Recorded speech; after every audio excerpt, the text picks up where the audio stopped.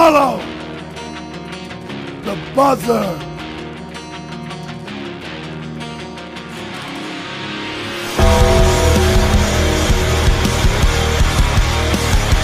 Rest in peace. Woo!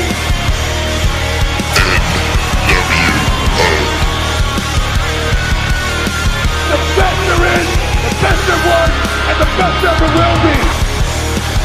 What you gonna do, brother? Hey, yo. Can you see me now? Strategy my Oklahoma ass. Life sucks, and then you die.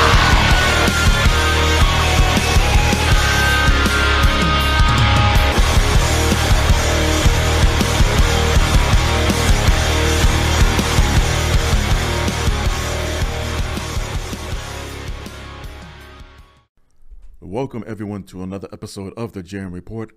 I'm your host, GoodOlJM, coming to you from CSB Studios in Tampa, Florida, the birthplace of pro wrestling. And this is episode 49 on a very,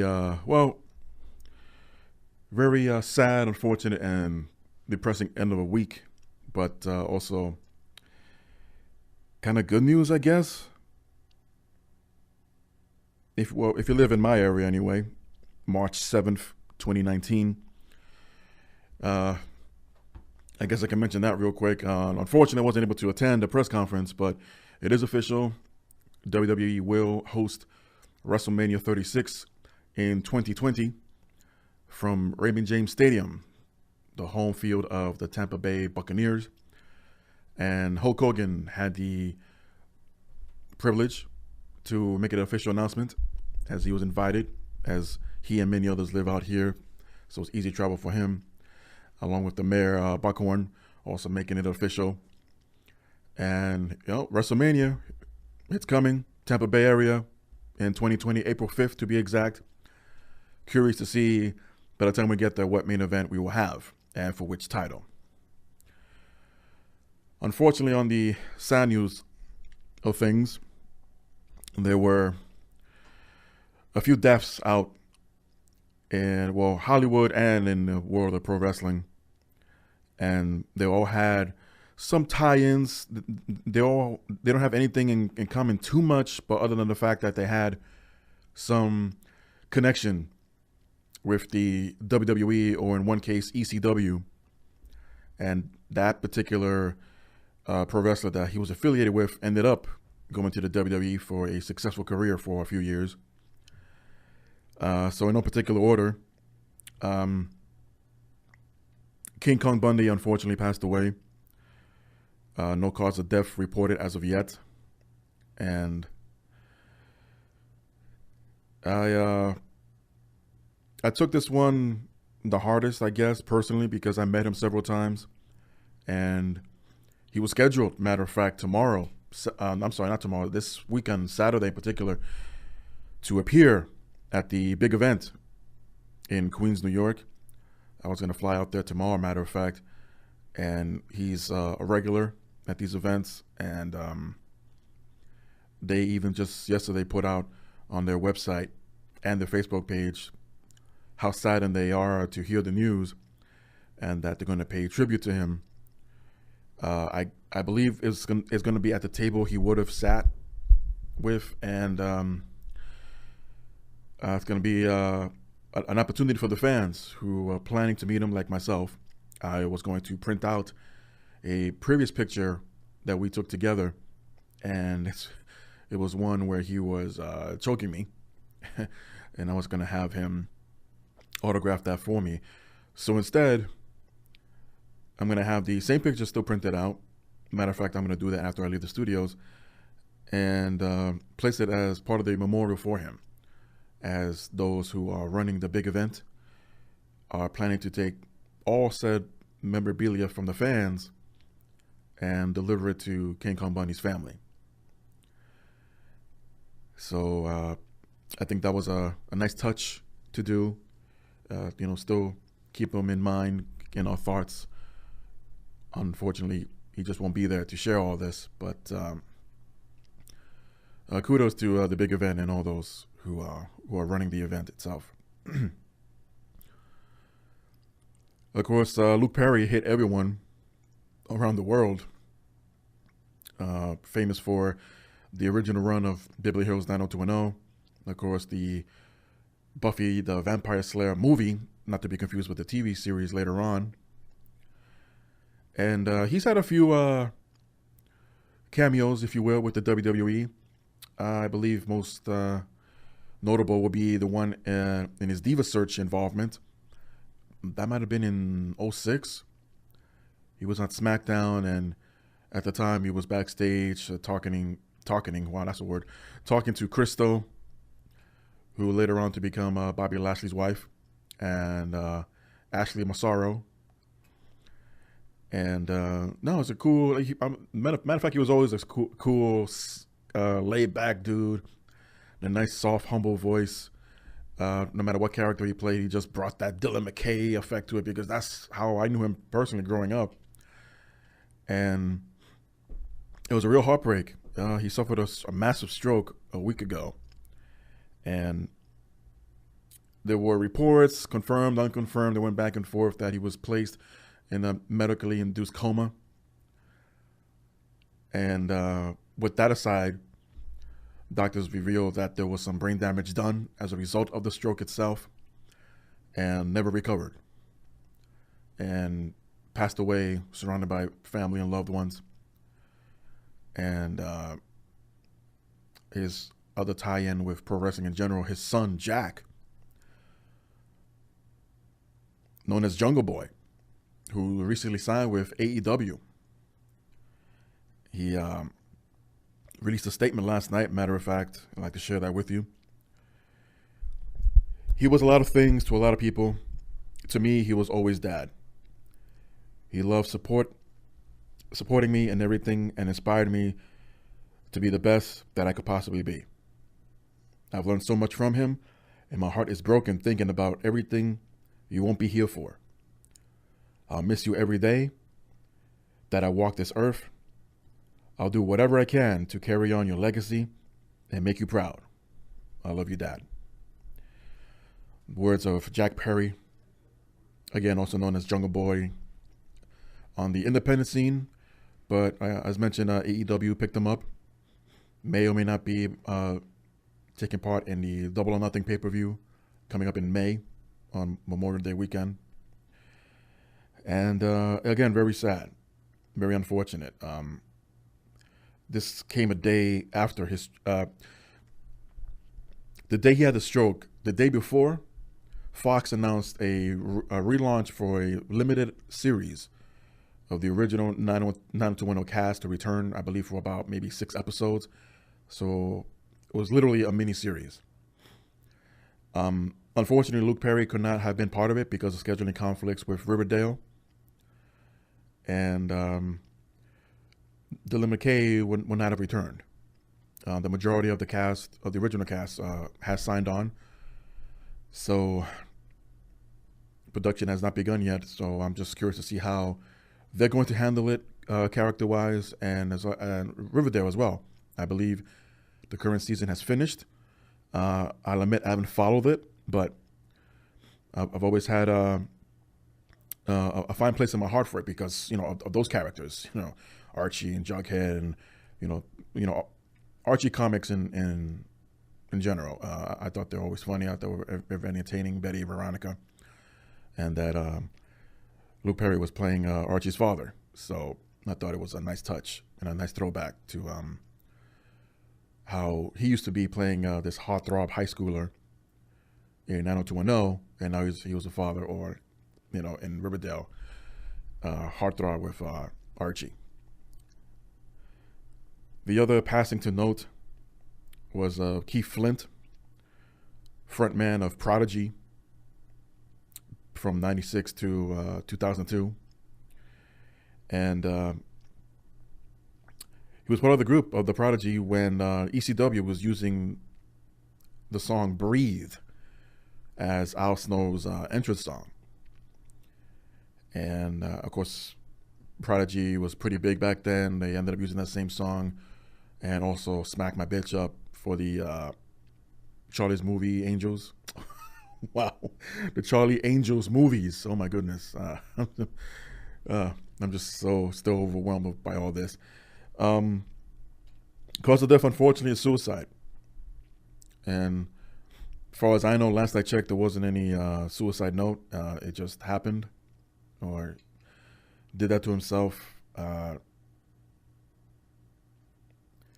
It's difficult to accept something like that when someone chooses to do this to themselves. And even if there was a suicide note left behind, again, I'm not confirming that. But even if there was one, it's really hard to take in what was said and what might have been left out. I can only imagine. Just want to add to those who passed to, well, say thank you for all the memories, and may they all rest in peace.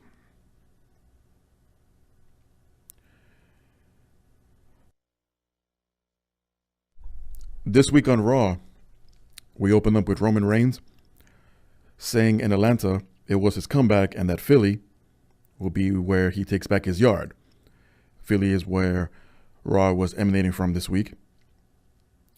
And that there was one man in his way, Seth Rollins, who walks down the aisle and gets confronted.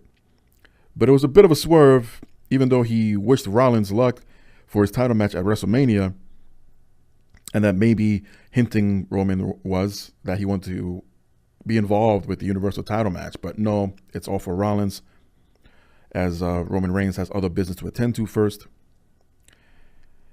And what he really wanted, Roman Reigns to reunite the Shield as a favor. But Rollins said no, not after what Ambrose has done, especially the night when Roman Reigns originally announced his sickness back in October. Reigns making a good point about life being too short, and if Ambrose is leaving, then it should be the right thing to do, to reunite. Rollins eventually agrees, and out comes Dean Ambrose and stands on stage, but before Ambrose can say anything, he is attacked from behind by Elias, breaking a guitar across his back. Reigns and Rollins would run off Elias, so no reunion, as Dean Ambrose just walked away with a lot of back pain. We get an interview backstage with Drew McIntyre, Bobby Lashley, and Baron Corbin, pretty much ignoring the fact that the Shield almost reunited, but their sights were very set on Finn Balor, Kurt Angle, and Braun Strowman tonight in a 6-man tag match. And interesting way how they were introducing the baby faces, as Kurt Angle came out first and then Finn Balor. We go to commercial and all the heels are being introduced and come back, and then out comes Braun Strowman. It's not something they do all the time. A matter of fact, it's rare where one team is being introduced separately, either as individuals or, if in this case it was a 6-man tag, you introduce the first two, and then the third person gets introduced when everybody else was already introduced. So it was like a really strange thing to watch on TV, but there was a commercial in between. At one point during the match, oh my goodness, Braun Strowman came running from around the corner on ringside and just bulldozed over poor Leo Rush through the timekeeper's area, through the barricade wall, and just flattened him. I mean, Leo was done for the night. So back in the ring, Lashley hits Finn Balor with a spear and gets the win. After the match, Finn Balor was triple teamed in the ring while Kurt Angle was thrown into the steps, held up by Baron Corbin. And they brought the bigger half, the bottom half of the ring steps into the ring as they were trying to powerbomb Finn Balor, as Lashley and Corbin delivered it onto Finn Balor and just laid waste. And there was a reason behind this. Of course, this will not come until much later on, as everybody's just, why are these guys getting not only so much TV time as of late, and just getting all these wins left and right. I mean, sure, it's not really an official faction. At least I don't think it is. storyline or otherwise. It's just that these guys have a common goal and a common enemy. So when it's convenient, they'll team up and just lay waste to whoever's in front of them.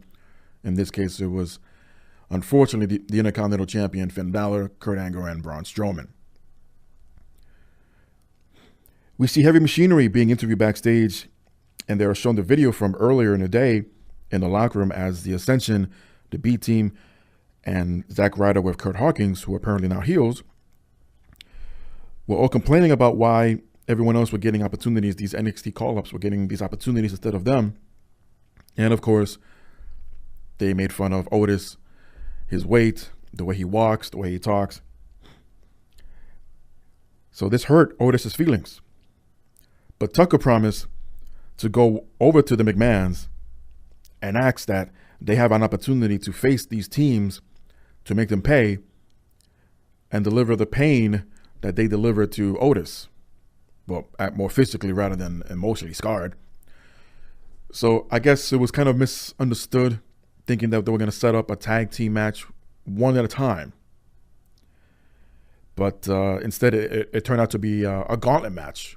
But I'll get into that later on. We get a match between Ruby Riott and Natalya, as the former New Hart Dynasty member, Natalya, would win in a match after being countered by Ruby and the sharpshooter, only for Ruby to counter into a small package. But Natalya recountered into her own small package and gets the pinfall. And oh yeah, guess what? Lacey Evans comes down, walks to the bottom of the ramp where he turns around and leaves. Thanks for coming, Lacey.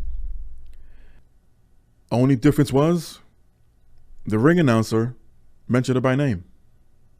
Good job. There is a recap of what happened at the end of Raw last week during Ric Flair's birthday celebration that never happened, as Batista stormed into Ric Flair's dressing room, attacked him, and dragged him out.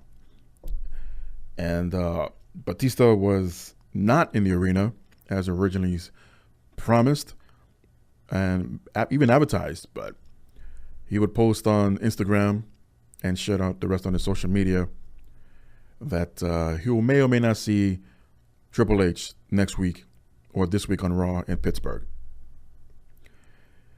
Stephanie McMahon gets introduced to the SNL Weekend Update cast members, who will be WrestleMania special guest correspondents of Michael Che and Colin Jost, as Stephanie pretty much suggested to get to know everyone backstage before anything else.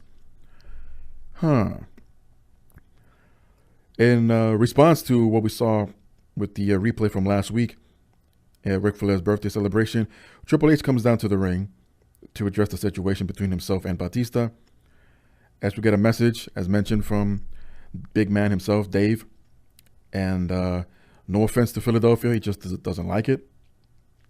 And Pittsburgh, no offense, but he doesn't like being in Pittsburgh either. But he offered no offense and told Triple H that he is going to play the game by his rules until the game is over. In response, Triple H says that he was not there for Ric Flair, but for Richard Fliehr, bringing up all these personal times that he was there for Flair for, the passing of his son, in so many words, his most recent wedding, even when Flair was in a coma last year, and how Triple H dreaded getting that phone call and to hear the bad news. But fortunately, that's not what happened, and Flair made a full recovery. And he just wanted to introduce him for his 70th birthday. But because of what David did, Batista, that didn't happen. And Triple H knows why Batista's been crying for the past 2 years, that he didn't get what he wanted initially. Well, he listed a few reasons. One of them, most recent, of Triple H being injured back in November during the event of, No Parts Unknown. And that would have eventually led to a match at WrestleMania this year. So that was up in the air. And that the last time he was in WWE, that he just basically picked up his ball and went home. Of course, there was a little bit more behind it, but of course, Triple H won't mention that, as Batista shared in shoot interviews and other media outlets, that not only Triple H, but Stephanie thought that at the time, the first Guardians of the Galaxy movie would not be successful. And in so many words, it sounded like as if they were trying to convince him to quit acting and just come back to wrestling. But Dave's heart wasn't in it. He just wanted to be an actor. And like he was trying to do back then around WrestleMania 30, I believe he was trying to do now and try to balance out both careers. For now, I don't think it'll be long term because he does have other projects in the works. The remake of Dune, for example. Whether or not Guardians of the Galaxy Volume 3 will involve him or not. The possibility of him being in the Suicide Squad sequel as Bane. That's just a rumor for now. But yeah, Dave's going to be busy between now and WrestleMania and even beyond WrestleMania. So basically, Triple H told Dave Bautista to just show up next week in Pittsburgh for Raw, grow some balls, and tell me everything you want face to face, eye to eye. If it's not already clear, but I guess Triple H needs confirmation.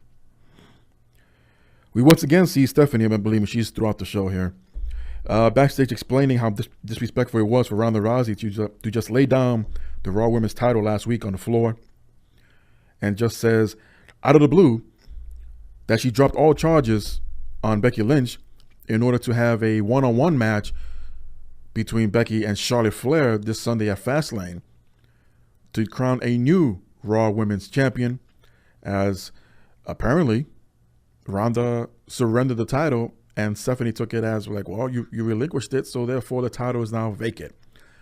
But there's a catch to the match, as Becky needs to sign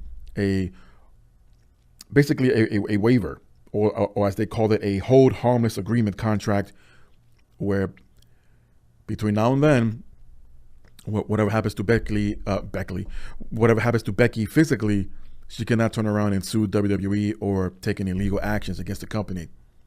So another day in the office, I guess. And yeah, Ronda was nowhere to be found for a response to this, but that's what we're looking forward to at Fastlane. Roman Reigns runs into Dean Ambrose backstage as he was getting ready for his match against Elias, offers Ambrose a chance to talk whenever he wanted to, but Dean says he needs to get ready for his match and focus on that, and just walks away.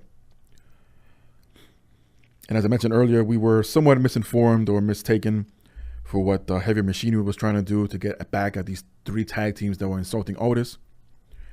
But we do get that our gauntlet match, and Otis just steamrolls all 3 teams. They win the gauntlet match. Nothing really said much about this. I'll have a rundown of Fastlane later on as to Heavy Machinery's not done quite yet. We are now officially told that Torrie Wilson will be inducted into the Hall of Fame this year. And still no word of who's doing the exact inductings for her, for Honky Tonk Man, or for D-Generation X. As it's still building. They still want to get through Fastlane. Hopefully there'll be more announcements as to more inductees after Fastlane. Of course, today's press conference for WrestleMania 36 next year here in Tampa Bay. So there's a lot going on, and this is probably the last thing they want to focus on, as who's going to be inducting who in this year's Hall of Fame. And the original news, at least the way I saw it, broke over at WrestleVote's Twitter account, as it was rumored at the time, but WrestleVote's was firm that Torrie Wilson will be inducted, and Brutus the Barber Beefcake might also get inducted as well. But rather than just, if true, not that I'm questioning WrestleVote's their ability to deliver the news like this. They've been spot on as of late. But I'm still under the banner of, I'll believe it when I see it. And so, it sounds great. I would love to see Beefcake finally get his just due, being inducted into the Hall of Fame. But again, they're saving that more likely for a later date to announce everyone 1 week after another, probably leading into WrestleMania weekend. We get Charlotte Flair backstage, I guess just ignoring her SmackDown duties, who said that she will show up on Raw not to accept the championship, but to cut a promo on Becky, and promises to be the new champion at Fastlane. So is she no seriously at this point? I'm asking you. So she's still part of the SmackDown roster. Why not go after Asuka? What's so intriguing about the Raw title, or what's so different about the Raw Women's title that the SmackDown Women's title doesn't have? And I get, because it was already announced or spoiled weeks ago that the Raw Women's title will be the main event for Mania, and that's what Charlotte's going for. That's really her intent, to be part of that WrestleMania main event spot finally for the women. If that's the case, then she should have dropped the title to Asuka or to Becky a long time ago, and just move on with that. Seth Rollins has his crack at speaking to Dean Ambrose backstage and offers a chance to talk about reuniting the Shield, but he gets the same treatment, and Ambrose was just not interested. Elias gets introduced in the ring. He's about to begin a concert, but we go to commercial. He just the poor guy can't cut a break for the past few weeks. And still playing guitar, we come back from commercial, and he's just ripping the town a new one, from not having a Stanley Cup to everyone's mom looking like Gritty the mascot. Ambrose finally comes out and is selling the back injury from the earlier guitar shot in the night. But Elias gets the win here, surprisingly, after a drift away and a pinfall. And all of a sudden, Rollins and Reigns come walking down to the ring to once again try to talk Ambrose into reuniting the Shield. But Ambrose walks away, jumps over the barricade, and leaves through the crowd. This brings out the three heels from earlier of Lashley, McIntyre, and Corbin, basically talking down on the two members of the former Shield in the ring, that it's just not going to happen. And they run down. It's 3-on-2. And Ambrose, he's already up in the mezzanine at this point. And you see him pacing for a few.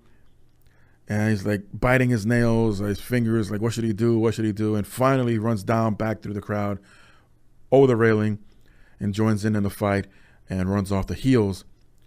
And now he's still pacing now like a caged animal, Ambrose is.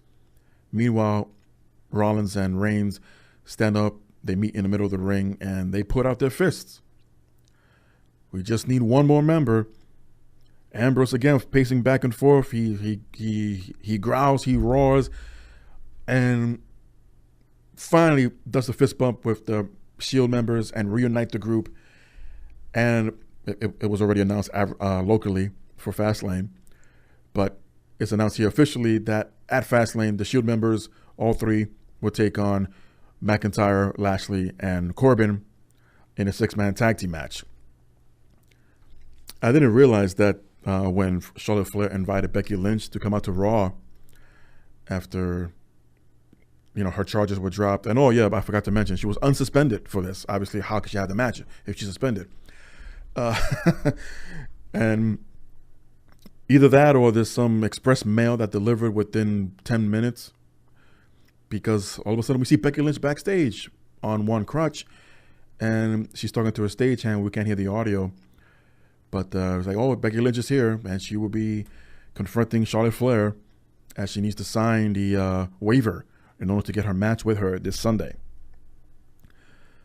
Tamina went one-on-one with one half of the women's tag team champion Sasha Banks, as Tamina defeated Sasha with a super kick after a distraction from Nia Jax on the outside. And we move on. We see Colin Jost and Michael Che backstage walking around as, I missed this the first time, but apparently EC3 was off to the side and turned into a statue. What is wrong with him? And for a moment, Che needed to go to the restroom, and Colin wanted to keep moving around the arena, getting to know some more people. So Che's out of the picture for a while, and he runs into Colin does, and runs into Braun Strowman. Now, whether you want to call it a throwback or rehashing or just repeating what they did many years ago with what was his name, Dr. Dave Schwartz. How you pronounce it? Well, he was asked many years ago in the early 80s by a reporter, which name I forgot, whether or not this was fake. and Schwartz took exception to this, even though he was under marching orders by McMahon, and smacked the shit out of this guy. Is that fake to you? Does that feel or look fake to you? Of course, lawsuits ensued, and there are better ways to get your point across without hurting someone, especially when they're not in on the joke, so to speak, in order to keep kayfabe alive. But Colin is asking Braun Strowman, not if it's fake, but is any of this real? So Strowman decides to, for Colin to get these hands and wrap him around the throat and pick him up off the ground, pinning him against the wall. And the cameraman, of course, has to pan down to see, yeah, he's really off the ground, people. There's nothing holding him up. He's against gravity. We go to commercial. We come back, and they're still in the same position. So the illusion is he's been being choked out this whole time during commercial. And only this time we see referees, agents, and Michael Che come back to, hey, Strowman, let him go. He does eventually, and Colin, or like the reporter that was smacked years ago, Colin no-sells any of this. And I'm pretty sure he'll have a skit about this on SNL this weekend. Oh my. Anything for attention, I guess. For the Raw Tag Team Championships, the Revival against Ricochet and Aleister Black. During the match, Bobby Roode and Chad Gable make their way to the ring. And Ricochet does see more in-ring time as opposed to last week, as there was a concern about his knee. But those reports were proven false. And he did all of his usual flippies and standing shooting star presses. So you look good here. And unfortunately, the match gets tossed out because Gable and Roode attack the Revival outside the ring, causing a DQ and to retain their titles. Roode and Gable exchange punches with Ricochet and Aleister Black, but nothing is resolved as Roode and Gable leave the ring. So good to see the Revival finally win a match here and retain the titles, but on the DQ circumstances, I guess. But yeah, it just sucked. It really sucked. So we get the main event spot for Stephanie. Yay, she really was an influence throughout the whole show. And just as she was going to introduce Charlotte Flair and Becky Lynch, she once again shows us a recap of what happened last week with Ronda Rousey. And Charlotte Flair gets introduced. Out comes Becky Lynch. And long story short, because they try to keep it as short as possible. And Becky does sign the waiver. The match is on for the vacant Raw Women's title at Fastlane. And the winner becomes the new champion. But before we get the verbal official announcement by Stephanie, we cut to the back and we see coming through the garage area of the arena, Ronda Rousey storming up the rampway. And we go to commercial. Back from commercial, Ronda Rousey is walking down to the ring area, steps into the ring, and basically says to Stephanie that she never surrendered or relinquished the title. It was just something for you to think about, and that I wanted Becky to be unsuspended, which did happen, and wanted to face either one at WrestleMania. Because as it stands right now, Charlotte's still getting that position. What's interesting here is, okay, there's a lot of confusion, so I'll try to clear it up as best as possible. So when Ronda said her piece that she never surrendered the title, Stephanie looks at the championship belt that was over her shoulder and looks back at Ronda. Ronda says, "Give me back my belt," or my title. You can't say belt. So Ronda is once again Raw Women's Champion and made quite a change in the Fastlane match between Charlotte and Becky. But here's the thing. If Ronda never lost the title or never surrendered the title, what have you, the title was never vacant. Okay. Ronda's still champion. Becky was just reinstated and is still considered and declared the Royal Rumble winner. And she wanted the shot at Ronda Rousey at WrestleMania. So being unsuspended and the charges dropped, in hindsight, the original match should be back on, Ronda Rousey versus Becky Lynch at WrestleMania for the title. And that this Fastlane match shouldn't happen at all, except maybe as a grudge match between Charlotte and Becky. However, they were still holding on to the Charlotte Flair Ronda Rousey match for the title at Mania. And Becky was nowhere to be found. But she just got unsuspended. Charges were dropped. So no, we got to wait even a little bit longer. Keep biting our nails to see exactly what the hell is going to happen. Because the twist now to the Charlotte Flair Becky Lynch match at Fastlane, obviously it's not going to be for the title anymore. Instead, if Becky wins her match at Fastlane versus Charlotte Flair, she will be inserted into the match for the Raw Women's title as a triple threat between herself, Ronda, and Charlotte. But if Charlotte wins, of course, it remains a one-on-one match. So if you remember, maybe a few weeks ago, it was advertised locally for Fastlane that this is where the triple threat match would have taken place.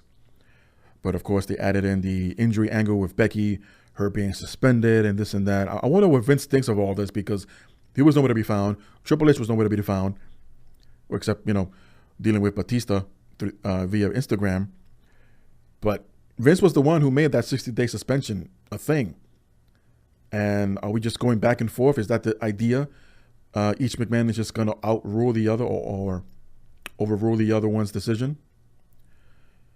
Well, who knows? Again, even though it's less than 2 months now to WrestleMania, but things should be heating up as this apparent power struggle continues between the McMahons. But anywho, the match is set for Fastlane, Charlotte Flair versus Becky Lynch. If Becky wins, she will be in a triple threat match for the Raw Women's title against Ronda Rousey and Charlotte Flair in the main event, as it will be the first ever women's main event for a title at a WrestleMania. Whew, as if that wasn't a tongue twister in itself. We still got SmackDown to get through, but it wasn't as dragging as Raw was. And it didn't have as many Stephanie McMahon appearances as well. But SmackDown began with Daniel Bryan and Rowan showing us clips from last week's episode of SmackDown where Kofi Kingston was replaced by Kevin Owens at the request of Mr. McMahon. And I thought Rowan could have done a better job here at being more intimidating towards the audience as Bryan was trying to speak. There were heavy boos, and Rowan gets on the mic and tells people to shut up. I mean, the bass was there, but the volume wasn't, I thought. But anyway, Bryan points out how great it was that Kofi was removed and that the rest of the New Day was on tour on India at the new Performance Center that opened this week, and said that Kevin Owens does not deserve a shot at the title because he's a nobody, he's lazy. This, of course, brings out Owens and clears up the story a little bit more, saying that when Daniel Bryan dropped the original leather strap championship belt in the trash, Owen knew which brand he wanted to go to and which superstar to go after. They spent the rest of the promo trading insults, and Owen says that once again that it was not his intention to remove or replace Kofi, but this is what he wanted to do regardless, and still take the title off of Bryan at Fastlane. And a fight breaks out. They double team Owens here, and Rowan delivers the claw slam. I guess that's what they're calling it. It's not really a choke slam, but a claw slam. After Owens was trying to deliver another stunner to Bryan, but Rowan interfered and delivered the claw slam here. But we do get a match later on between Rowan and Kevin Owens. We get a promo from the Usos as they're prepping up for their tag team title shot, or tag team title defense, I should say, versus Shane McMahon at The Miz at Fastlane. The Usos mock the relationship between Shane and The Miz. And of course, this brings out the two challengers and reminds us that they are the so-called greatest tag team in the world. And the Usos get tossed out of the ring after they try to attack The Miz and Shane as The Miz gets ready for his match one-on-one with Jey Uso. Jey tries to roll up The Miz for a pinfall attempt, but Jimmy from the outside added more leverage and supported using his legs without the referee seeing, but The Miz still kicked out. Shane McMahon runs from around the corner and delivers a clothesline flying off the ring steps. Meanwhile, back in the ring, Jey sees this and was going to do a suicide dive for Shane, but only to be intercepted by The Miz and deliver the skull-crushing finale for the win. Charlotte Flair is being interviewed backstage and invites Becky Lynch to SmackDown as if she needs one. And does Charlotte Flair have the authority to do this? They both work on SmackDown. Enough with these invitations. Anyway. Asking for a friendly discussion between the two. And if Becky's physical well-being is good enough for her to take place at Fastlane. I mean, does it really matter? She already signed the waiver. So she can be literally broken in half. Becky will still show up as is and not sue you or the WWE. The Truth heads to the ring with Carmella for another United States Championship Open Challenge, and Truth wants to be just like his childhood hero, John Cena. Gee, things have really gone downhill ever since little Jimmy left him. Not realizing that Cena did his open challenges every week, and now our Truth is tired. Carmella tells Truth to do what Cena would do and never give up. And the challenge begins after a 7-second dance break. However, Lacey Evans shows up, walks to the bottom of the rackway, turns around, and leaves. Thanks for coming, Lacey. But this brings out Samoa Joe, followed by Rey Mysterio and Andrade once again. And this was interesting because these three men that came out, they didn't attack anyone. They just stormed into the ring and each stood in each corner. Truth is looking around like he's all confused. Considering WrestleMania is coming up, and usually they have a ladder match of some kind or a multi-man match for the title. At the time, I would not have been surprised if this was going to be a setup for a WrestleMania match, for a multi-man ladder match or tables, but who knows, TLC match kind of thing at WrestleMania, who knows? No, but they've done this before.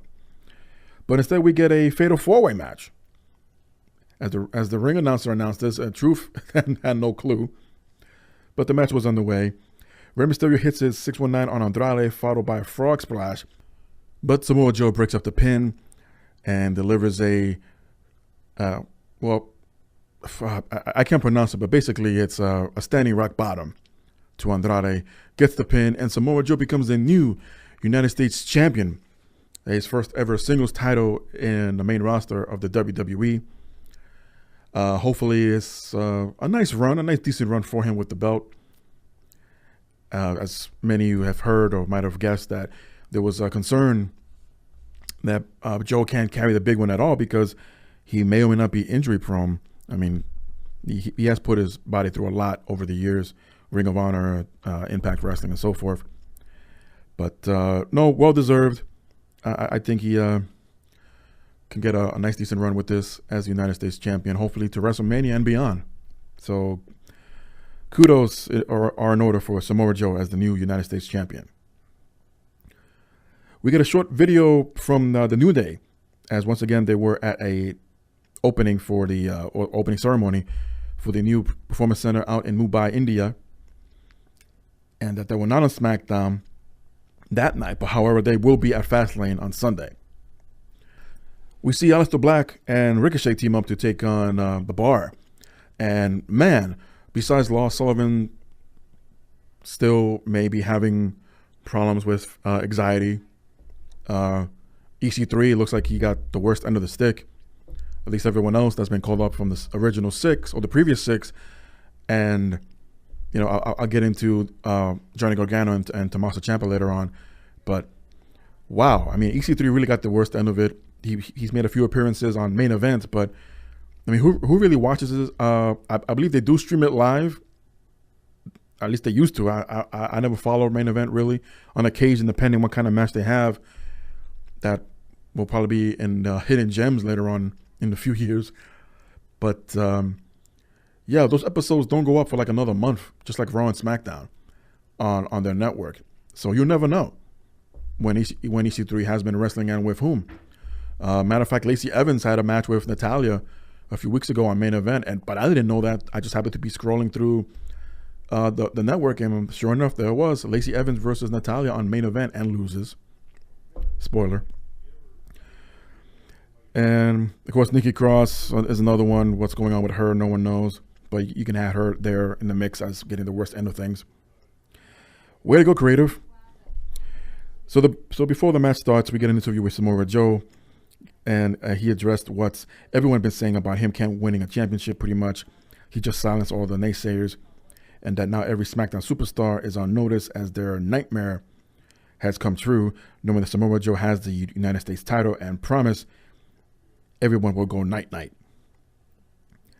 By the way, Joe was sporting a real nasty cut and bruise on his left eye, and he still did a photo shoot with the title backstage. There was a video clip of that on social media of the WWE. Hopefully it's nothing serious, but it's the badge of honor, scars of battle in the ring. So the match itself gets underway as Aleister Black counters a neutralizer from Cesaro and delivers Black Mass. Tags in Ricochet, delivers the 630, and they get the win over the former tag team champions. But it did not end there, as Shinsuke Nakamura and Rusev come down and they beat down on the NXT superstars 4-on-2. And this brought out the Hardy Boys to even things up here as the heels will run off. Maybe 8-man tag next week. Fastlane. But we'll see, I guess. Be an interesting 8-man tag team match. Next up, we see Mandy Rose and Sonya Deville make their way to the ring as Rose was getting ready for her match against Naomi, continuing the feud when Mandy Rose was trying to break up a marriage between Naomi and Jimmy Uso. Deville caused a distraction for Naomi, and Mandy Rose followed up and gets the win over Naomi, and she can't get a break. As they were leaving, Deville and Rose, they are surprised by Asuka, who just attacked them from behind at the entranceway and left them laying, as Rose has a SmackDown Women's title match against Asuka at Fastlane. Rowan goes one-on-one with Kevin Owens as Daniel Bryan sits ringside with the commentators. But this match, again, like the previous one, didn't last too long, as Kevin Owens was ringside overhearing comments from Bryan was making about Owens being lazy. This caused a DQ as Roman and Daniel Bryan double-teamed Kevin Owens, and this brought out the return of Mustafa Ali, saving Kevin Owens. And Bryan would deliver a running knee to Mustafa, but he would be saved by Owens delivering a stunner as the heels run off. So we get to the main event spot, and it's kind of picking up what happened the night before on Raw, as I was mentioning when Ronda appeared to claim back her title. Basically said, no more, because she'll cut this heel promo, that she busted her ass, working really hard to get where she is, and the fans still booed her. So forget Becky Lynch, forget the woo, no more Mrs. Nice Bitch, and she just attacked both women, Flair and Lynch here, on Raw, matter of fact. And when Flair was rolled out of the ring, Ronda Rousey continued to attack Becky with kicks and punches, putting her in her armbar a couple of times with the crutch, really beating the crap out of her. And Charlotte Flair, being the heel herself, walked away and allowed this to happen. And even when Raw went off the air, Ronda continued to attack Becky Lynch. And the funny thing is, they had like about 5 minutes to spare. They basically finished everything that they needed to get on TV early. And this caused an impromptu interview with Stephanie backstage at gorilla position, just basically recapping what happened, how disgraceful it was for Ronda Rousey to do what she did.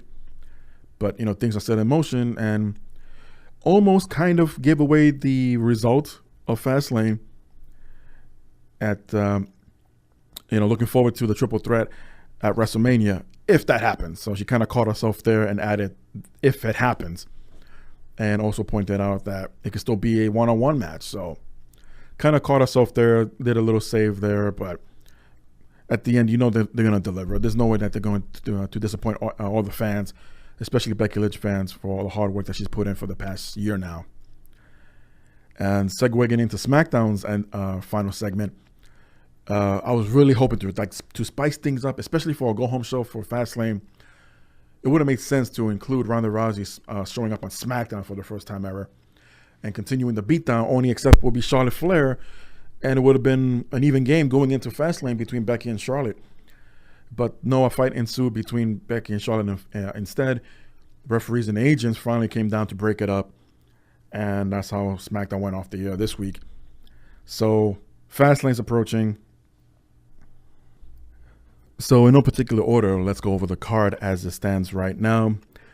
As they announced this week on SmackDown, the kickoff match will be Rey Mysterio Jr. taking on Andrade one-on-one. Poor Rey. For the Raw Tag Team Championships, it will be defended in a triple threat as the Revival, Dash Wilder and Scott Dawson defend against Aleister Black, Ricochet versus Chad Gable and Bobby Roode. As mentioned a couple of times already here on my show, Charlotte Flair takes on Becky Lynch one-on-one. If Becky were to win, she'll be added to the Raw Women's Championship match at WrestleMania 35, making that a triple threat. In a six-man tag team match that was announced on Raw, the reunited Shield of Dean Ambrose, Roman Reigns, and Seth Rollins take on Baron Corbin, Drew McIntyre, and Bobby Lashley. For the Women's SmackDown Championship, Asuka defends against Mandy Rose. For the WWE Women's Tag Team Championships, for the first time being defended, as the Boston Hug Connection of Bayley and Sasha Banks take on Nia Jax and Tamina. I meant to say Sasha Banks, plural pal. For the WWE Championship, Daniel Bryan defends against Karen Owens. And for the for the SmackDown Tag Team Championships, Jimmy Uso and Jay defend against The Miz and Shane McMahon. Not too many matches on paper. That's just 7 matches on the main card, 1 on the kickoff.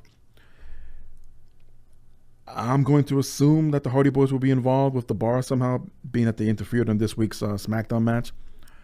But who knows? Or maybe they'll end early like they did with, oh my goodness, what was the last match? Not the Royal Rumble. Was it the Royal Rumble? Yeah, the Royal Rumble. My goodness, wow. The fact that they ended early too, with time to spare, about half an hour. So maybe that's what they're trying to do here. But that's your rundown. Predictions, really, with so many twists and turns as of late, who knows? You know, I will not bet the farm at any of these matches, except for the Charlotte Flair Becky Lynch match. I think it's pretty obvious that Becky will win here and go on to WrestleMania and get her title shot. And yeah, should be a good one by the time we get to WrestleMania. Moving on to other news. At first, last Friday night, March 1st to be exact, we were told that Harley Race was diagnosed with terminal lung cancer, according to the comments made by Ric Flair as part of the Legends of the Ring at Soundwaves in Atlantic City with Hulk Hogan. They had one last year, I believe, out here in Tampa as well, and they're going to tour around the country, not regularly, but here and there, as Flair and Hogan have teamed up to do this Legends tour. Flair was answering a fan question during the Q&A when asked about Harley Race. However, Championship Wrestling from Hollywood owner David Marquez, who says that he has spoken with the Race family and that it isn't terminal. Marquez shared his on his Facebook page saying, I've spoke to Harley Race's family and it's true he has been diagnosed with lung cancer, but it's not terminal. He's being treated and supervised by his doctors. He's still very active in the Harley Race Wrestling Academy and his promotion, World League Wrestling. Also, next weekend's NWA World Championship match at WLW's Night of Champions is still on, and previously I've already made plans to attend. Harley and his family appreciate everyone's concern and ask that the public to allow him his space to rest. In a tweet by Ric Flair, after being misinformed, I am overjoyed to report that I was so wrong for stating that Harley Race had terminal lung cancer. It's great news to hear that the former world champion and lifetime hero is doing well. So it's great to know that Flair can own up to a mistake, or maybe, as he said, was misinformed, or maybe he might have thought that he heard that, but thankfully it's not as serious as originally first reported. But hang in there, Harley Race, and get well soon. We now have a better cleared up story in relations to Arn Anderson being fired from the WWE. Arn Anderson was reportedly let go by WWE after he allowed Alicia Fox to perform at a live event while intoxicated. According to Wrestling Inc., Anderson was fired last month after several sources said he allowed Fox to compete despite arriving at the venue under the influence and a little late. Vince McMahon was said to be furious at Anderson, who was the agent for the match, and Alicia Fox herself was reportedly offered a chance to go to rehab, but instead remained absent from WWE, leaving many to question what her status is for the company. However, according to Fightful.com, Fox has given an opportunity to go to treatment by electing not to at first, leaving many, again, the company of not knowing what her future holds with the company. It was noted that Fox was on thin ice several times in the past, including the reported incident with Ronda Rousey's husband, Travis Brown, last year during Wrestlemania time, and that apparently led to her being pulled from the Women's Battle Royal. Another incident cited, including Fox arriving 2 hours late at a show in 2017 while she was set to be in line for a push, and I definitely remember that time. On a related note, Fox broke her social media silence and posted that following her Instagram account, simply providing the definition of resilence. Fox has not officially commented on the report, but this was Fox's first post since February 18th.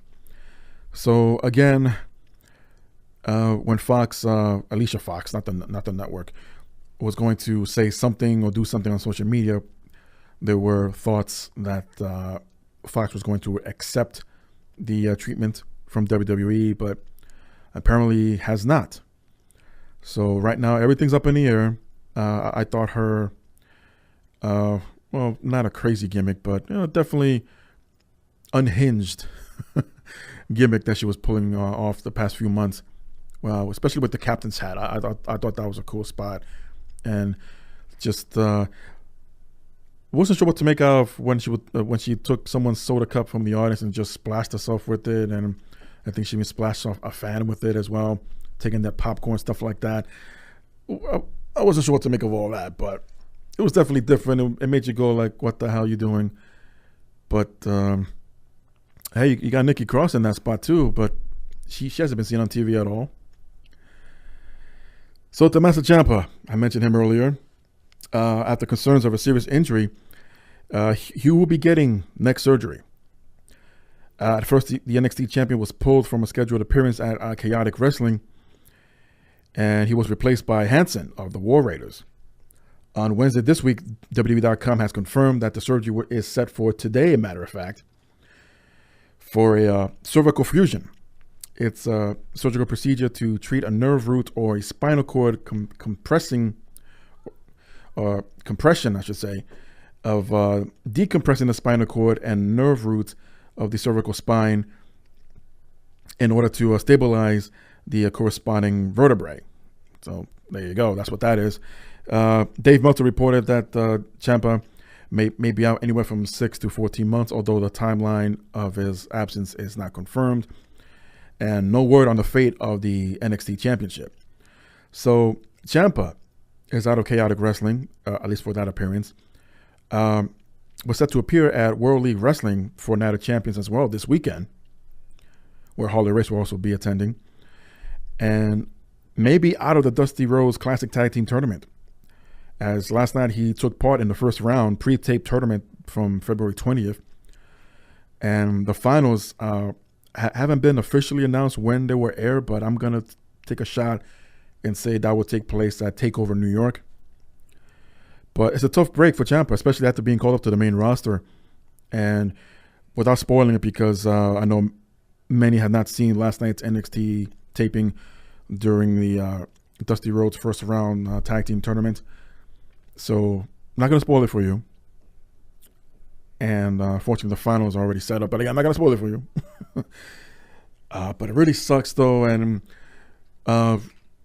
this, of course, puts Johnny Gargano in a tough spot as well. You know, what do you do with him now?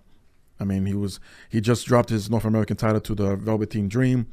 He was also called up to the main roster, as it was expected for him, Gargano, Ciampa, Ricochet, and Aleister Black to fulfill commitments between NXT and the main rosters of Raw and SmackDown. But I'm pretty sure there's going to be a lot of shufflings on the cards here, but more focused on Gargano as to what lies in front of him now. Again, first mentioned, WWE.com themselves broke the news about Dean Ambrose leaving the WWE just a few days after this year's WrestleMania in New Jersey. However, Ambrose has become a key player over the past month to rejoin the Shield this week, and the belief of many wrestlers backstage, according to the latest episode of the Wrestling Observer, is that Ambrose may resign. That was on one account by Brian Alvarez. While not reporting that Ambrose resigning was a fact or 100% happening, Alvarez stated that the general word backstage is that many believe he's no longer leaving the company. However, this could be a simple case of wrestlers believing in something that won't happen, because later on Dave Meltzer provided an update on Dean Ambrose's status, saying that the plan for Ambrose is for him still to leave, despite the rumors that the roster started to believe Ambrose may be sticking around or had a change of heart. Meltzer checked up on this even after Raw and Dean reunited with the Shield, as he is still aiming to exit the WWE. This part of the story may or may not clear up a few things, but it's still in between WrestleMania and the expiration date of Dean Ambrose's contract. But the Facebook page of Wells Fargo Arena is advertising Monday Night Raw for April 22nd. And in said promotion, it has the Shield scheduled for a 6-man tag team match. The opponent's yet to be named. And this is obviously after WrestleMania. This is around the time Ambrose is leaving the company, sometime by the end of April for sure. So looking back now, was it all a work turning on Seth the same night Roman mentioned his leukemia illness? And how many of that saw that in bad taste, which the feud did not really go anywhere between Rollins and Ambrose, and the reaction, they didn't get it. The WWE did not get the reaction they thought they would get. Even adding the Intercontinental Championship for a while there, which they didn't need. And 4 months later, Roman Reigns returns and announces that he's in remission. And by the end of the night, we will tease a reunion, only for this week to actually have that reunion of the Shield heading into Fastlane this Sunday night. Now, I'm not questioning this, but this is the buzz around social media. So it was people that still believe that this was all a work. I can understand that. I'm like, wow, a lot of coincidental events happening one after another. And some of the facts there remaining as far as Ambrose leaving. But if my timeline is correct, I think the Ambrose departure happened after. So if it was a work, maybe it was thought in, or it just happened to come where Ambrose says, hey, I'm getting tired of this. And Roman Reigns was out of the picture for a while. They had him do Dean Bane or Bane Ambrose for a little bit, for like 1 week actually, for that gas mask. And that didn't go anywhere. But what do I think? Well, hey, they are working, on TV, that is. They're getting paid. They're getting TV time in the conversation. And that's no different whether or not Dean Ambrose will leave or not the company. And I'll have more on that Roman Reigns bit a little bit later on. Too many bits there. During a house show on Monday night, Asuka and Mandy Rose had a match for a SmackDown house show for the SmackDown Women's title. And as what can only be described as landing on the side of her head by some who attended and posted on social media, Asuka suffered an injury during the match.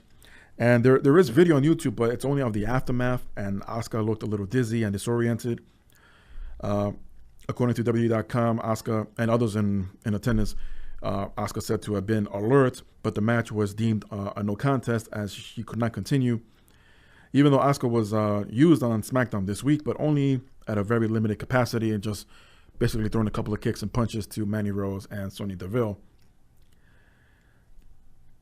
I guess the injury bug is hanging around a little while longer, but we'll see how things develop over at Fastlane. Just to spice things up a bit and seeing how much more time has been devoted to Mandy Rose the past few weeks rather than Asuka, who's the women's champion on SmackDown. And since winning it, It's been seen how many times on television? Live events is one thing, but television? Alexa Bliss denied any rumors of being injured again, or that her comeback Royal Rumble match was a one-off, as she was responding to a Twitter question by a fan saying that, haha, I am not, thanks though. But just, again, was not on TV this week, not even for a Moment with Bliss segment. So, what are they doing? I would like to chime in another thought of mine. Considering that there have been a few changes in creative or in the writing team, like as many of you've heard by now, Bruce Pritchard has been rehired and still plans to continue with his podcast, Something to Wrestle, with Comrade Thompson.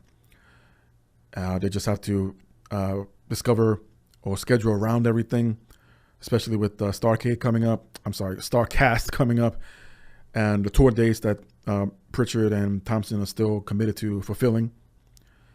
And I would assume there'll be over the phone conversations between Pritchard and WWE Creative.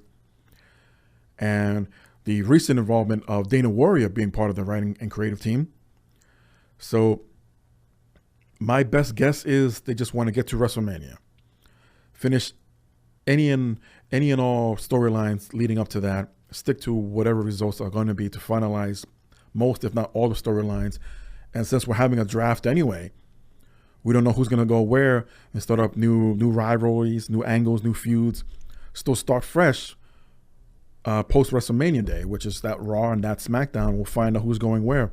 Hopefully 205 members will be involved in this, as well as I'm sure NXT members will be involved as well. Also NXT UK. So yeah, that's a great way to start fresh. New faces, as they promised, even though we all knew this draft was coming anyway. And start new with storylines and angles moving forward after WrestleMania. So maybe by then Alexa Bliss will be involved, more of Asuka if she's not really injured, and everyone else that's been missing in action as of late. EC3, I'm looking at you. Torrie Wilson will be inducted, as I mentioned earlier, into the Hall of Fame. And yeah, there was just a lot of backlash, a lot of haters. So much to the point that Gail Kim had to come out to defend her on her Twitter. And as many did not like this call, and it started when a tweet from a user whose name I'm not going to mention, screw him, saying that Torrie Wilson couldn't wrestle, and she was only good for stripping, acting like a lesbian, and making out with that other media whore Sable.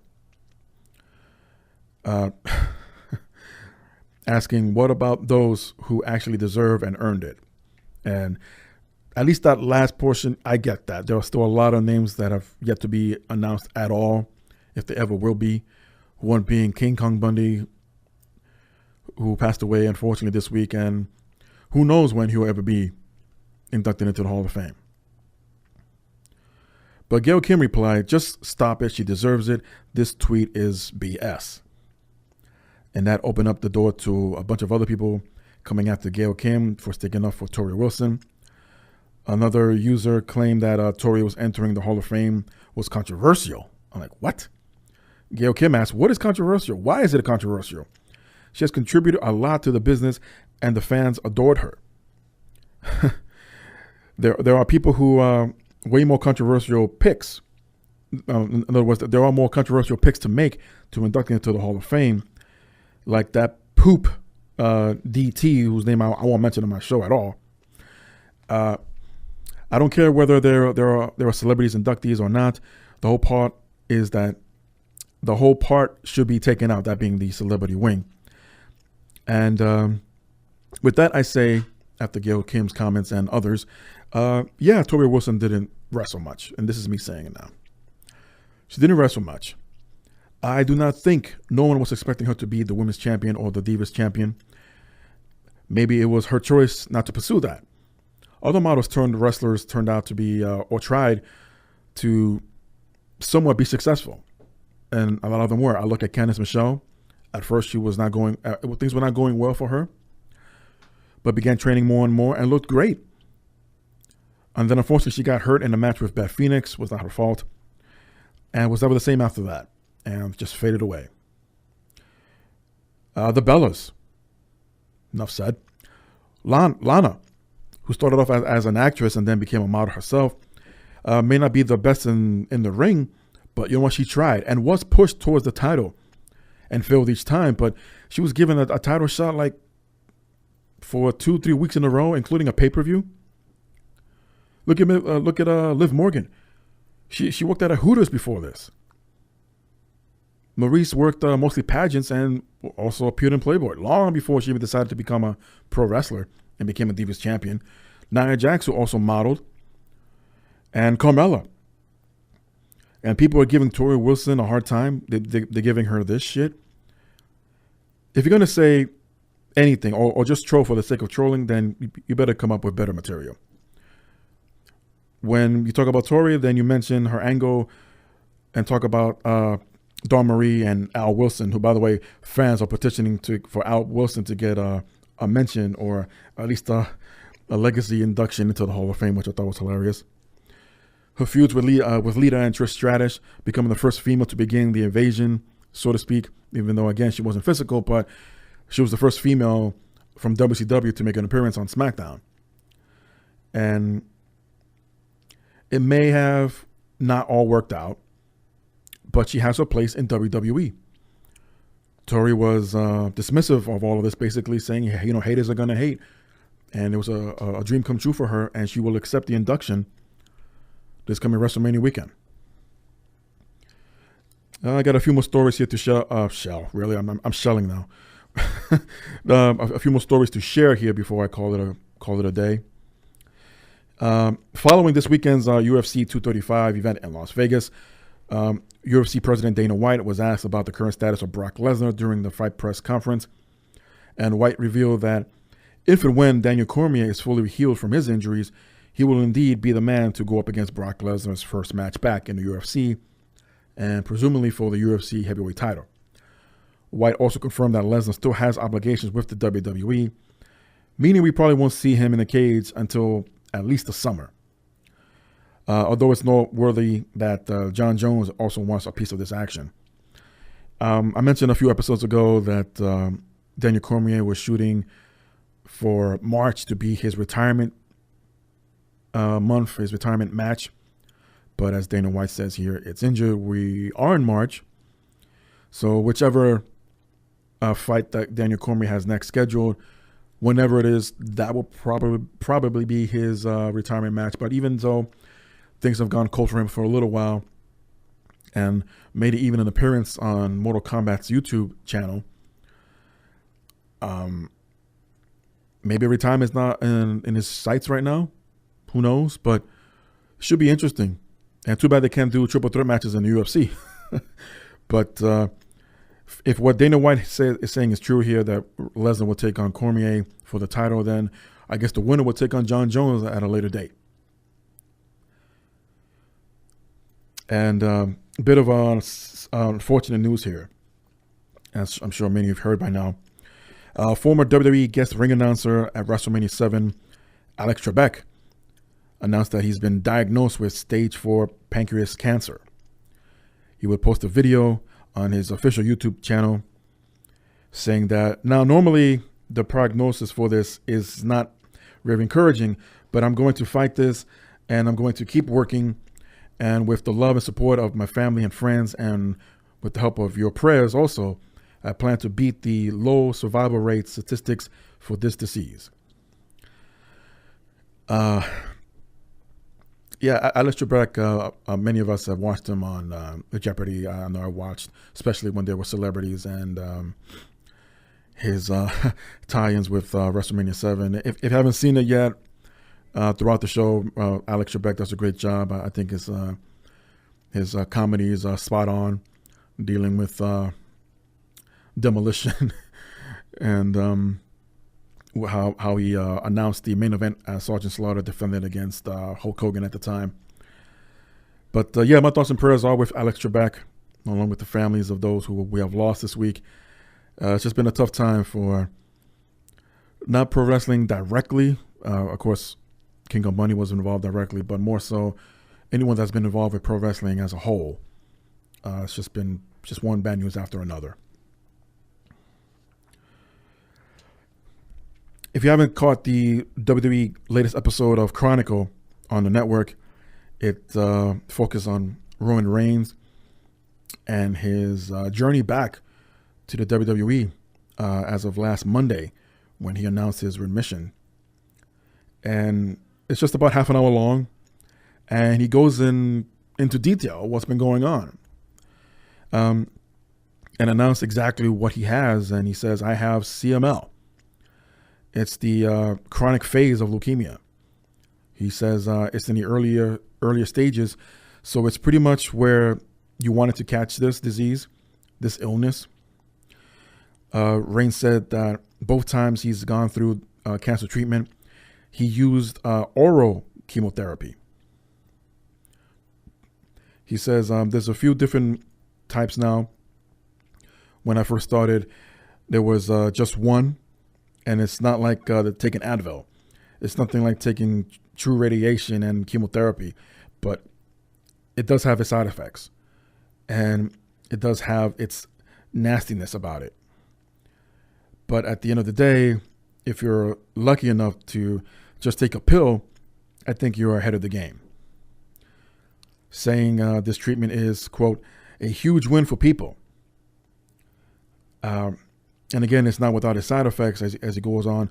For me, the main thing was arthritis. It started at my feet and went all the way up to my hips. But I'll take a little bit of the arthritis over going through radiation any day. One of the Chronicle's most heartwarming moments is when Roman Reigns, and this was on right before the Raw episode where he returned, and he sat out in the empty seats in the arena and made a phone call to a Make-A-Wish, a Make-A-Wish child who also is battling leukemia, and pretty much this child was the first one that Roman Reigns admitted to being in remissions first, before he told the live audience later on that night. He told the kid, I don't really tell anybody about this, but this is what has happened and what's going on with me. There are the troubles I ran into, and I just want you to know you're not alone. You know what I mean? And it touched me, these families, the way the kid and the mom and the dad and the siblings would react. It was so powerful. And of course, addressing everything else that's been questioned ever since his initial announcement. Says you can still boo me all you want. He just wants to entertain. We saw the footage of him taking his first bumps since October at the Performance Center. Addresses how people took this as an angle to get him to cheer for him, and that the many people are and many other subjects in regards to the fans. But you know what? It is a must watch if you have 30 minutes to spare. I say go for it. He really opens up a lot here. We are introduced to his sister. We are introduced to his mother, and everyone else that interacted with him backstage, the doctors, some of the wrestlers. I mean, the focus was all on Roman Reigns. No one else really, superstars-wise, didn't really chime in, as we will all see that later on social media comments and remarks. But it really is a great feel story here, and kudos to Roman Reigns. You know, he fought a tremendous bout. Yeah, it was only 4 months, but everyone is different. Everyone reacts to sicknesses differently, to illnesses differently, and depending on the medication you're on, again, you're going to react differently. You know, and we all know someone either currently or used to that went through such a thing. Maybe not as serious as leukemia, but, you know, a sickness in general. And you just want to stick by that person and be supportive as much as you can. And it helps. It really helps. Whether you just pray or offer any kind of positive comments and good vibes, whatever you got to do your part in, it helps. It really does. Take it from me, I know. Well, in case you're wondering why I'm doing this a day early this week, well, as of tomorrow, actually 24 hours from now, I'll be flying into New York to attend the big event at the LaGuardia Marquis in Queens, New York. I'm planning to meet and greet more superstars from the past and present that I haven't got a chance to, such as, just to name a few here, the Godwins, Sue Young as well, Jasmine St. Clair, believe it or not, will be there. Jesse the Body Ventura, along with Randy Couture, Brooke Hogan, just to name a few. And no, I'm not being sponsored or supported by them, but if you head over to bigeventny.com, you can get more information if you are in the New York area listening to this, or want just to fly in for a weekend and not mind the freezing temperatures up there right now. But hey, I'm looking forward to that. I'm looking forward to seeing old friends, have a good time, have some good old-fashioned New York pizza and diner food, and just chill and relax and just come back fresh as a daisy back to Tampa and continue doing my thing. So with that said, everyone enjoy the rest of the week. Stay warm. And until next time, it's good old JM.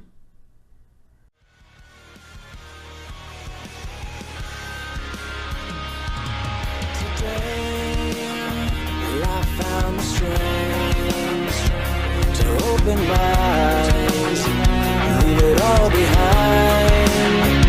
So open your mind.